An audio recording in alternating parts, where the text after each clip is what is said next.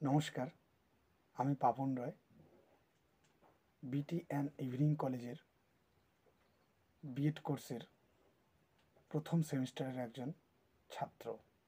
আমার class roll 27। আজকে আমরা আলোচনা করব নেচার অফ ক্লাসরুম ডিসকার্স নিয়ে। তো বেশি কথা না বাড়িয়ে আমরা আমাদের প্রধান আলোচনার দিকে এগিয়ে যাব। ক্লাসরুম ডিসকার্স মানে কি? The classroom discourse refers to the language that teachers and students use to communicate with each other in the classroom. আসলে ক্লাসরুম ডিসকার্স বলতে সেই বিষয়কেই বোঝানো হয়েছে যেখানে ছাত্র এবং শিক্ষক একে অপরের সাথে কমিউনিকেট হয়। সেটা কোথায়? সেটা হয় ক্লাসরুম অর্থাৎ শ্রেণীকক্ষে। নেক্সট পয়েন্টে কি বলা হয়েছে? The study of classroom discourse is the study of the process of face-to-face classroom teaching. অর্থাৎ ক্লাসরুম ডিসকোর্সে অবশ্যই সেটা ছাত্র এবং শিক্ষকের যে সংযোগটা সেটা অবশ্যই শ্রেণীকক্ষ অর্থাৎ ক্লাসরুমে সামনাসামনি হতে হবে। তো এতক্ষণ আমরা ক্লাসরুম ডিসকোর্স সম্পর্কে ছোট্ট একটা ধারণা পেয়ে গেলাম। এবার আমরা আলোচনা করব ক্লাসরুম ডিসকোর্সের নেচার অর্থাৎ প্রকৃতি নিয়ে। তো সর্বপ্রথম পয়েন্টে কি বলা হয়েছে দেখে নেই।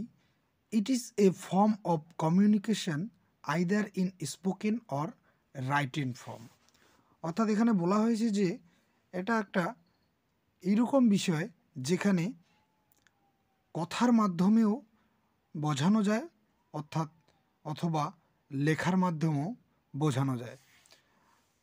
উদাহরণস্বরূপ আমরা বলতে পারি যে আপনি যখন কোনো ক্লাসরুমে গিয়ে ছাত্রদের কোনো টপিক সেটা মুখ দিয়ে পড়ে বোঝাচ্ছেন তখন সেটা স্পোকেনের মধ্যে পড়বে। আবার আপনি কখনো কি করেন? কখনো আপনি ব্ল্যাকবোর্ডে কিছু লিখিয়ে আপনি বোঝানোর চেষ্টা করেন, তখন সেটা রাইটেন ফর্মের মধ্যে পড়ে যায়। অর্থাৎ ক্লাসরুম ডিসকোর্সটা সেটা স্পোকেনও হতে পারে আবার লিখিতও হতে পারে। নেক্সট পয়েন্ট নিয়ে আমরা আলোচনা করব। Is the study of process of face to face classroom teaching. অর্থাৎ এখানে আবারও বলা হয়েছে যে ক্লাসরুম ডিসকোর্সে যে টিচিংটা হবে সেটা হবে কি ফেস টু ফেস, অর্থাৎ ছাত্র এবং শিক্ষকের সাথে সামনাসামনি যে আলোচনা বা বিষয়বস্তু নিয়ে আলোচনা করা হবে সেটা হবে সামনাসামনি। তৃতীয় পয়েন্টে বলা হয়েছে is an interaction between teachers and students to contract and understanding of their role and relationship. অর্থাৎ ক্লাসরুম ডিসকোর্সের মাধ্যমে কি হয়? ক্লাসরুম ডিসকোর্সের মাধ্যমে ছাত্র এবং শিক্ষকের যে একটা বোঝাবুঝির ক্ষমতা, নিজেদের মধ্যে যে ছাত্রর ভূমিকা কী এবং শিক্ষকের ভূমিকা কী সেটা এখানে পরিলক্ষিত হয়। 4 নাম্বার পয়েন্ট অর্থাৎ সর্বশেষ পয়েন্টে বলা হয়েছে যে it is the language that teachers and students use to communicate with each other. অর্থাৎ এখানে বলা হয়েছে যে যখন কোনো শিক্ষক কোনো শ্রেণীকক্ষে পড়াতে আসেন তখন নিশ্চয়ই তিনি কোনো গল্প করতে আসেন না বা অন্য কোনো বিষয় নিয়ে আলোচনা করতে আসেন না। তিনি অবশ্যই কোনো যেমন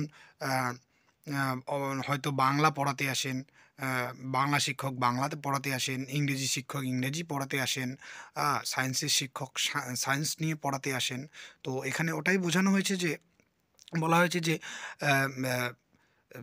ক্লাসরুম ডিসকোর্সে অবশ্যই সেটা ল্যাঙ্গুয়েজ ভিত্তিক হতে হবে।